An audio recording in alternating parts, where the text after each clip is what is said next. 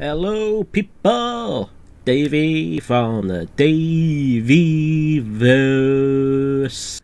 Hello people, Davey. Let's just get into this. Gary Lineker's tweet round unfolds. So Gary Lineker got kicked off Match of the Day.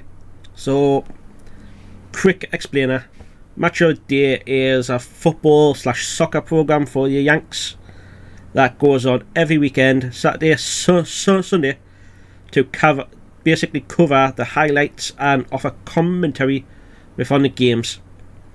Gary Lineker is an ex-England footballer.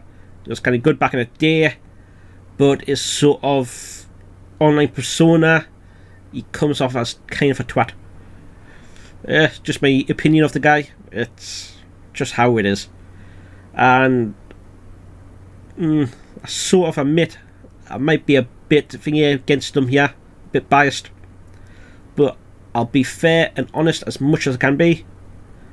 I believe in this case Gary Lineker is in the wrong and should also, I don't reckon he should be fired, but at least the BBC should issue a fine, at the bare least. A suspension maybe. So let's just crack on with this anyway. So BBC presenter Gary Lineker has been embroiled in a row over impartiality after criticising the government's illegal immigration bill in a post on Twitter. So this wouldn't usually be my thing. I would defend Gary. In this case, I still actually defend him. I don't think you should have actually been sort of the whole media hounding him. That's been sort of exacerbated because of other people actually coming out to stand up to him. I don't think the government should have actually targeted him either. That was stupidity on the government's part. It should have just been an internal thing with the BBC. It's all they had to do. BBC just has to go on saying, you broke our guidelines, you broke our rules. We are paid by the taxpayer, and the taxpayer we promised to be impartial. So for that, we're going to issue probably a £10,000 fine. It'll go to a charity. You can even make the charity sort of for helping illegal immigrants. No harm, no foul. He's paid 1.2 million a year. What's 10 grand to him? But no. So where's the start? Good heavens, this is beyond awful. That one's fine. I don't care about that. That's his own opinion. This one, I think. Is this one where I call people natty? Yeah. So this is a huge influx. We've taken in fewer refugees than major European countries. This is an immeasurably cruel policy directed at the most vulnerable people in language that is dismissive to be used by Germans in the 30s. And I'm out of order. Yeah. So we get the reference. You're comparing the sort of government to Nazis in this case, which you'll be also comparing the views of people that are against or for this to Nazis as well, which is sort of the topic where the impartiality comes in. The BBC represents the country, not just a subsection of the country, and this is where I feel like you're going sort of wrong. As a presenter working for the BBC, your opinion has vast swayers. That one's fine. You don't compare nobody, just voicing your disagreement with the policy itself. While this one, you're voicing your sort of comparison to the people in charge, and it could be associated to the people that voted for it or people that support it. So Gary Lineker was then called in to the BBC, was put on a hiatus given this, and following that, pretty much the government tried to take it, tried to jump with on it, tried to push for it, and it was stupidity from the government's behalf. Lineker tweets again, I've no such love or support in my life. Alright, because a lot of people backed him up, and that a lot of presenters thingied him. Also, to be honest, that match of the day last weekend was probably the best match of the day I've seen. It was all sport. There was no commentary from these. Granted, Lineker and the other guys are pretty much supportive of the Big Six. It's like Southampton played Liverpool the weekend before, and Liverpool basically had a bad game, and it wasn't really talked about how Southampton actually had a good game. They talked about it as how Liverpool had a bad game. It's like, could you not praise Southampton for having a good game against them? But yeah, so it's sort of, they have their own biases in the sport world, and a lot of people dislike that. In fairness, I think it was actually the most watched BBC match of the day in recent history. Might be wrong, but I think the number shot up like 400,000, 500,000, and given it to UK, you know, that's quite a lot. So, British Sunak's press secretary tells reporters it's disappointing to see the kind of arithmetic from people whose salary is paid for by license fee payers, and it's up to the BBC to take it forward. That's what I'm against. So I agree with everything he says. I just don't like it's coming from the government.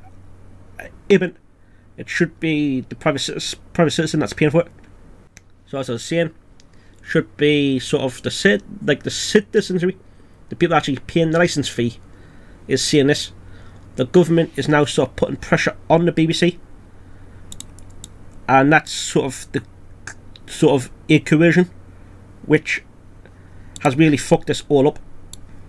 It was an easy win for them just to lay low, don't say nothing, and just let the BBC deal with it. Even Piers Morgan fucking clicked on. Right. So on and so forth. Government jumps on. Thank you for mentioning me and your clumsy for right. So doesn't help himself. As a commentator on Match of the Day, we've decided to step down from tomorrow, and then so on and so forth. A lot of other BBC pretty much made the rounds. They tried to get a replacement. Right, so where's... does it actually say? Just goes on and on and on and on and on. Doesn't say if it was the most watched episode. Right, Sunday's Match of the Day ran with a reduced format, is only 15 minutes long, and planned coverage of the Women's Super League match between Chelsea and Manchester aired without pre-match presenters. Yeah, that's probably a good thing. Lineker's eldest son, George, tells the Sun Mirror he thinks his father will return to Match of the Day, but he will not back down on his words. Which, if he honestly views it, do it, why not? But I can't see him being funded by the taxpayer, as well as calling half of the taxpayers they're pretty much Nazis. Speculation that Lineker will return. So he does. To ruin the whole thingy, that he returns, the BBC even apologises to him, and they're sort of squeaking it out to he's technically a freelance and not a BBC employee. I'll bring that up in a minute. So Gina Cook, I'll bring it up now. So Gina K.O, as we know, she was in the Mandalorian. She, well, a horrid Instagram post where she basically compares the sort of violence at the time on the streets that Antifa was doing, sort of snitching culture, sort of what the left was doing in America, as they call it. I don't really get that. Left, it's not really a left, is it? But anyway, so yeah, and she was getting harassed, death threats, and I could see why. I would defend her at a time. What are her political views? Well, if it's a private company, it shouldn't really matter. If you have a sort of outstanding grudge, feel free. For backlash on Twitter, Lucasfilms and Mandalorian addressed their contract with a statement. Oh, hey there. The statement: Gina K.O is currently employed by Lucasfilms and there's no plans for her to be in the future. So they just basically ended a contract. Wasn't really getting fired. I reckon this was probably fair. Disney, it's up to them. It's a private company. If she's just stating her views, you still got the free speech element to it. They couldn't fire her, but if they just terminated, like not terminated, but if their contract just expired, runs out, it's what it is. It's not taxpayer funded, so there's no impartiality. I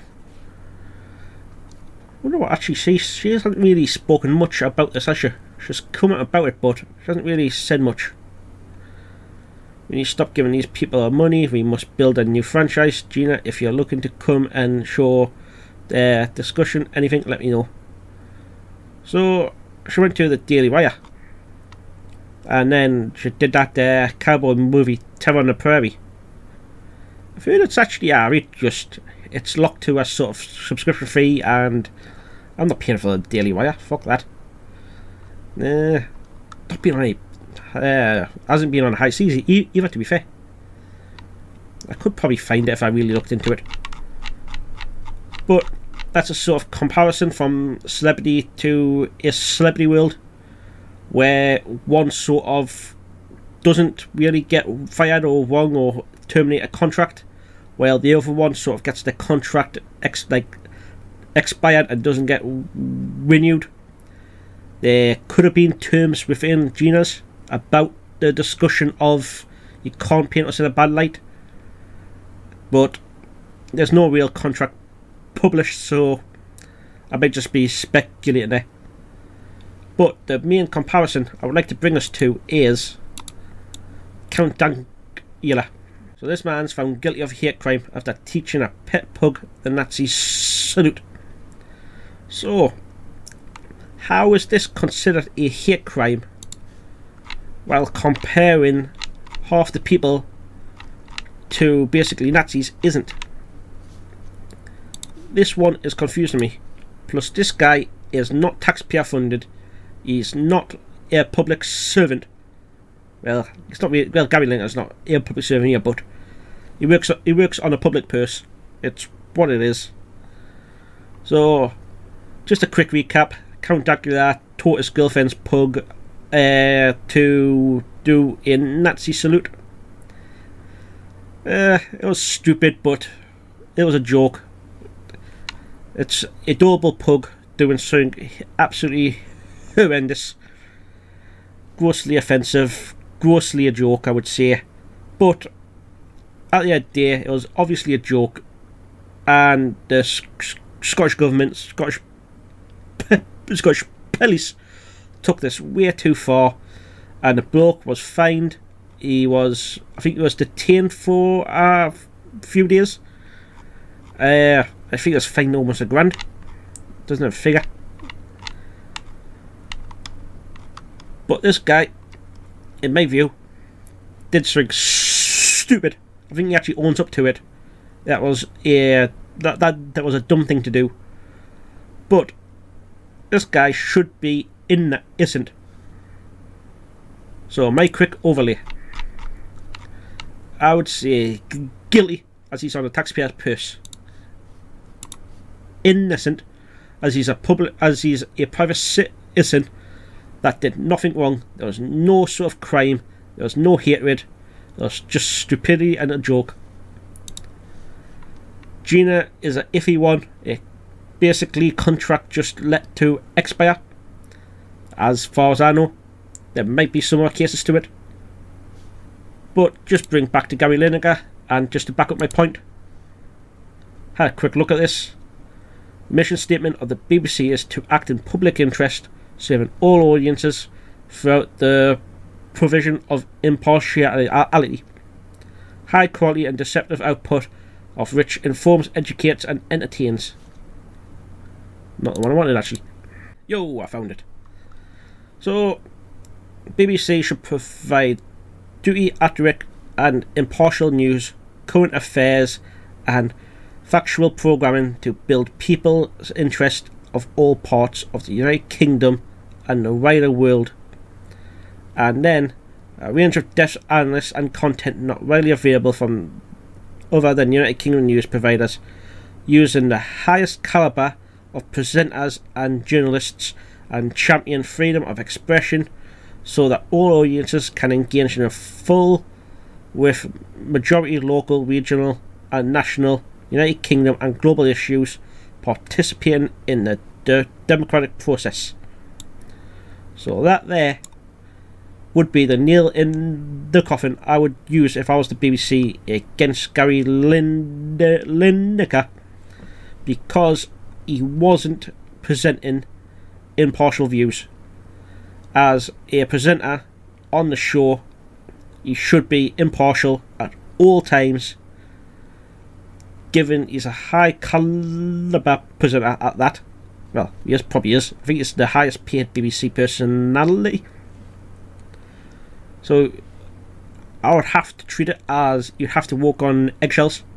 Condemning a single policy would be fine, but condemning the whole idea of the policy and its supporters is not fine. So that's been a long-winded take on this. I'll catch you in the next one. Peace. Hello, thanks for watching. If you'd like to see more, watch more. If not, at least like, comment, subscribe. It helps us out. Appreciate it. I'll catch you in the next one. Peace.